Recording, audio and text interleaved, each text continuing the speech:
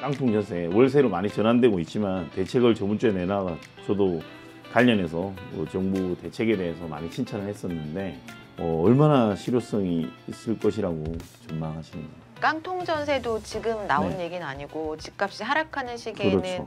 단골로 이제 네네, 등장하는 단골 단어 메뉴. 중에 네네. 하나잖아요. 예. 그래서 지금 이런 깡통 전세가 굉장히 네. 이슈화된 부분은 정말 긍정적이라고 생각이 됩니다. 네네네. 이 피해가 계속 만연해 있던 건데 네네. 음지에서 좀 양지로 나오면서 네네. 가이드라인이라도 만들어진 거는 네네. 굉장히 좀 좋다라고 판단이 네네. 되고요.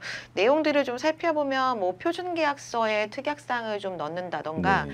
지금 특히 빌라 같은 경우에는 시세를 좀 알기 어려운 부분들이 많았는데 네네네. 매매나 이제 전셋값 같은 것들을 알 수 있도록 투명하게 네네. 공개한다라는 내용, 그리고 네. 주택담보대출 이제 받을 때도 은행에서 좀 이런 절차들을 강화시켜서 네네. 뭐 전세자들이 그 전세를 내놓은 네네. 다음에 바로 그 후순위로 이제 네네. 그 선순위로 네. 주택담보대출을 예. 받는 악용하는 사례들이 가끔 맞습니다. 있어서 맞습니다. 예, 그런 부분을 좀 절차를 강화하는 내용 이런 부분들이 포함되어 있는데 일단 지금 당장 모든 걸 빨리 추진될 수 없는 상황 속에서 네. 일단 어떻게 가겠다라는 가이드라인이 나온 거는 네. 굉장히 긍정적인데 네. 이 부분에서 지금 뭐 젊은 사람들이야 뭐 정보가 좀 빠르니까 예. 당장에 적극적으로 좀 알아보고 스스로를 보호할 수 있는 네네. 능력도 있겠지만 네. 좀 연세가 있으신 분들은 이 내용 자체를 모를 수도 있거든요. 네네. 그래서 맞습니다. 좀 적극적인 홍보가 필요한데 일단 지자체가 좀 빠져 있는 부분이 좀 보완이 돼야 될 것 같고요. 네네. 그러니까 그 지역 안에서 이런 내용들을 적극 홍보하면서 뭐 임차인으로 들어갈 때 좀 네네. 필수적으로 체크해야 될 최소한의 내용들을 좀 같이 홍보하는 네. 부분이 2차적으로 필요할 것 같고요. 네네. 그것보다 더 중요한 거는 이게 법적인 지금 강제 조항은 없고 의무성이 없기 때문에 네네. 그냥 뭐 지침 정도로 지금은 네네. 보여지거든요. 그 임대 사업자는 걸리게 되면 아직 확정은 아니니까 임대 사업자는 걸리게 되면 사업자를 취소한다. 라고 이야기하고 그다음에 뭐 간평사나 부동산 이제 공인중개사 이분들은 저 자격 정지나 아니면 면허 취소 이렇게 한다고 얘기를 했는데 간평사나 공인중개사는 뭐 정지를 하든 뭐 예를 들면 실효성이 조금 있을 수도 있을 것 같은데 임대사업자는 취소를 하면 또 다른 사람 이름으로 내서 하면 그냥 할 수 있는 거 아닌가요? 근데 이게 이제 소유자가 해야 되는 부분은 네네. 있긴 하니까 네네. 부동산은 좀 쉽지 않은 부분은 있기는 그래요? 하죠. 근데 이제 벌금형으로 대부분 되어 있던 네네. 것들을 네네. 징역형으로 바꾸는 거를 이제 국민의힘 쪽에서 네네. 법령 발의는 한 거 같더라고요. 근데 며칠 그것도 전에. 야당이 예. 동의를 해야 되는 거 아니에요? 그렇죠. 또 법령이니까. 근데 이 부분은 임차인을 보호하는 거니까 네네. 사실 뭐 다른 법령에 비해서는 좀 통과가 네. 용이해 보이기도 하긴 하고요. 그렇죠. 동의 안 하면 네. 그냥 사기 계속 당해라 이런 말이잖아요. 네, 그렇죠. 근데 어쨌든 지금 나온 가이드라인들이 네. 좀 의무사항이 돼서 네네. 좀 강제적으로 될 수 있는 그런 법적인 조치가 후속단에서 좀 필요해 보여요. 조금 저도 그래서 지금 제가 뭐 질문 드렸던 것도 애매한 것 같아요. 이게 당장에 막 되게 그냥 어찌 보면 이 대책을 내놓은 것 자체는 진짜 대환영할 만한 일인데 과연 진짜 이렇게 그냥 과태료 먹이고 이러면 실효성이 있을까? 버는 편취하는 사익은 너무나 큰 반면에 예를 들어서 뭐 페널티 몇백 내면 뭐 한 건만 성공해도 이거 뭐 되는 일이니까 제가 볼 때는 더 강력하게 아예 그냥 무조건 면허 취소 한 건을 사기를 치더라도 면허 취소해버리고 임대사업자도 뭐 좀 표현이 그렇지만 사돈의 팔촌까지 임대사업자 등록 못하게 그렇게 강력하게 규제하지 않으면 힘들 것 같습니다. 한국토지주택공사 LH가 국민주거안정 실현 방안에서 8.16 대책에 대한 뭐 지금 정부 정책 지원을 한다는 회의를 했던데 너무 좀 더디게 생각보다 뭐 아까 이야기한 듯 김 의원님이 야당이 발목 잡기 하고 사사건건 반대해서 힘든 부분도 분명히 있다고는 보지만 그럼에도 불구하고 뭐 시행령 개정이라든지 아까 뭐 김 의원님 말씀하셨던 규제 지역 뭐 해제라든지 지방은 뭐 이미 저는 해도 된다고 생각하는 곳이 제 개인적으로는 되게 많습니다. 앞서도 뭐 몇 개 안에서 되게 아쉬움이 많았는데 좀 더 공격적으로 할 필요가 있다고 생각하는데 뭐 어떻게 전개되는 걸까요? 6월 달에 그 조정 대상 지역이 6개 그리고 네네. 특혜가해지고 아마 11개 정도 네네, 규제 지역 해제가 맞습니다. 됐었는데 네. 뭐 대전, 대구 이런 지역들이 일부 해제가 됐잖아요. 네네네. 근데 집값에 큰 자극이 없었기 주택은 때문에 막 미분양으로 막 네. 난리도 아니더라고요. 그러니까 국장님 말씀하신 대로 네. 지금도 보면은 이제 네. 해제를 해도 큰 문제가 없어 보이는 네. 지역들이 있는데 이 부분들에 대해서 좀 깊이 있는 논의가 필요할 것 같다라고 네. 생각이 되고요. 네.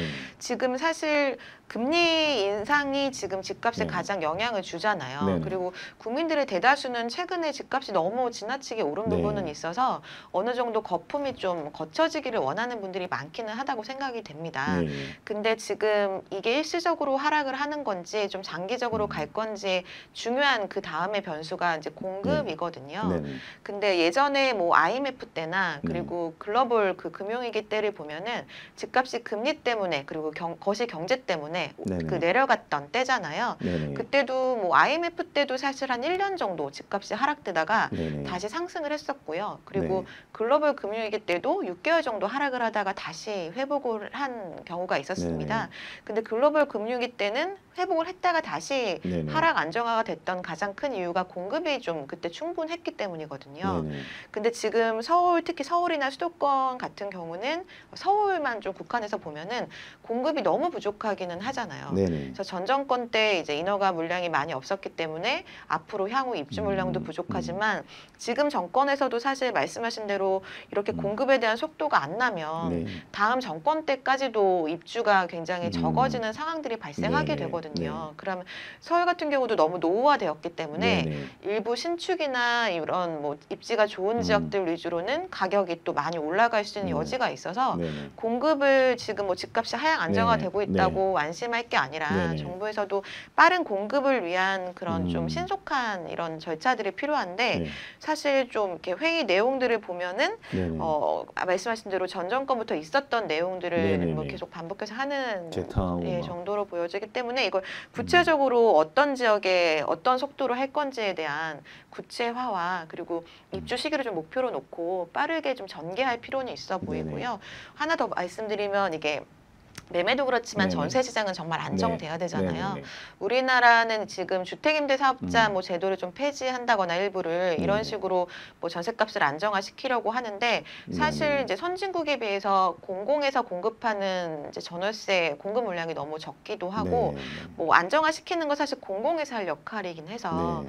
특히 뭐 청년 원가 주택이라던가 뭐 임대에 대한 이런 부분들은 네. 공공에서 좀 적극적으로 공급할 그런 좀 노력이 좀 네. 필요해 보입니다. 네, 정부가 부동산 정책을 뭐 사실 규제 완화한다는 장밋빛 전망을 내놨었는데 여기에서 그냥 쳐다봤을 때는 우회해서 그냥 집값 잡기에 오히려 더 방점을 두는 것 같다는 일부 비판도 나오고 있습니다. 비판에 대해서 어떻게 생각하십니까? 공약에 비해서 속도가 좀 느린 부분도 예. 집값을 이제 하향 안정화시키는 거에 큰 역할을 맞습니다. 했다라고 생각이 되고요. 뭐 어느 정도 거품이 거치는 거는 뭐 국민 대다수가 환영할 네네. 만한 일이지만 네네. 지금 더 큰 문제는 거래량이 거의 뭐 빙하기 수준으로 아예 안 되는 그렇죠. 부분이잖아요. 근데 거래가 안 되는 거는 뭐 일부 그냥 개개인한테도 네네. 좀 안 좋을 수 있지만 네네. 거시경제 측면에서도 뭐 중개업소라던가 뭐 그렇죠. 인테리어, 이사업체 네네. 여러 가지 경제가 좀 한꺼번에 안 좋아지는 네네. 부분이 있고 또 네. 국가적으로도 세수가 지금 굉장히 부족해질 수 있어서 네네네. 뭐 다양한 지금 악영향을 끼칠 네, 여지가 네, 있어 아마 네. 거래량 활성화에 대한 음. 고민은 있을 것 같아요. 집값에 대한 것보다는. 네네. 근데 지금처럼 이제 속도를 좀 보면서 이제 눈치 보기 하며 규제 완화를 하는 네. 시기는 이제 지났다라고 좀 판단이 되고요. 네네.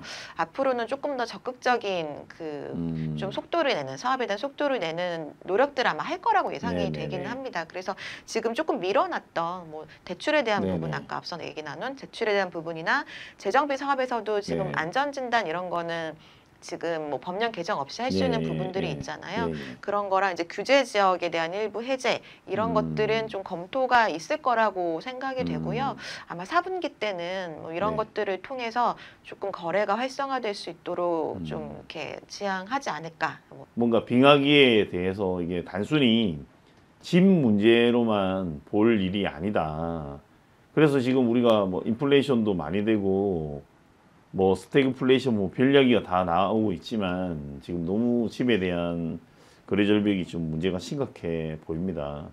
은행도 뭐 마찬가지지만 심지어 뭐 은행들이 대출 장사하고 뭐 금리하는데 지금 최근에 제가 보니까 은행들이 그 뭐 예대 마진 문제를 많이 지적하는데 그 접근 금리도 많이 올린 것 같긴 해요. 근데 솔직히 지금 뭐 예를 들어서 이 전세 역전세라든지 아까 그 전세 가불 문제도 논의하고 그랬는데 그거 뭐 저금할 돈이 어디 있겠습니까 지금.